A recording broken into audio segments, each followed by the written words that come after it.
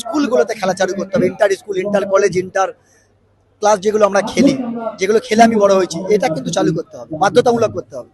বিশ্বকাপ শুরু হয়েছে, রাত জেগে বিশ্বকাপ দেখছেন কিনা রবীন্দ্রবি জানতে হবে। রবীন্দ্র বলছি, রাত জেগে বিশ্বকাপ দেখা হচ্ছে নাকি কোনো ম্যাচ মিস করা না, হয়েছে? ম্যাচ আমি মিস করি না। এবার কি হয় বলতো, একা একা অনেক সময় দেখলে না ঘুম পেয়ে যায়, তো সেগুলো আমাকে আবার আমার পরের দিন আমরা হাইলাইট দেখে নিই।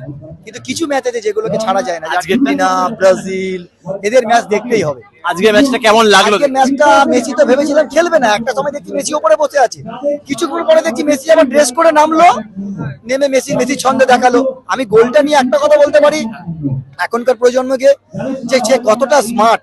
গোলকিপার ভাবছে হয়তো এয়ারে বল মারবে, ও মারছে হাঁটুর লেভেলে, কিন্তু অন্যদিকে দাঁড় করিয়ে গোল করছে। মার্টিনেজ কিন্তু প্রথম গোল খেলো আজকে। না, আজকে একটা গোল তো খাবে। ওয়ার্ল্ড কাপে যারা খেলতে এসছে তারা তো কেউ এমনি আসেনি, তারা সবাই খেলতে এসছে। তো আমার মনে হয় একটা গোল খেলে এটা ঠিক যে তার ভুলটা বুঝতে পারবে।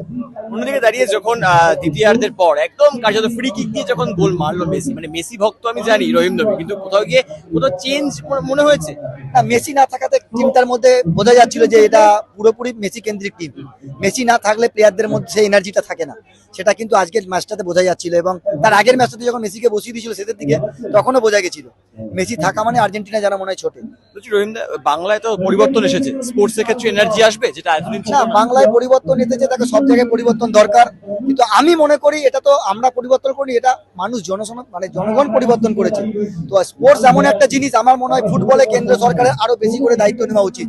কেন আজকে আমরা মেসির কথা বলছি, ক্রিশ্চিয়ানো রোনাল্ডোর কথা বলছি, এদের দেশের প্রেসিডেন্টকে কিন্তু আমরা কেউ চিনি না, কিন্তু ওদের ফুটবলকে আমরা চিনি, এরা এই দেশের প্লেয়ার।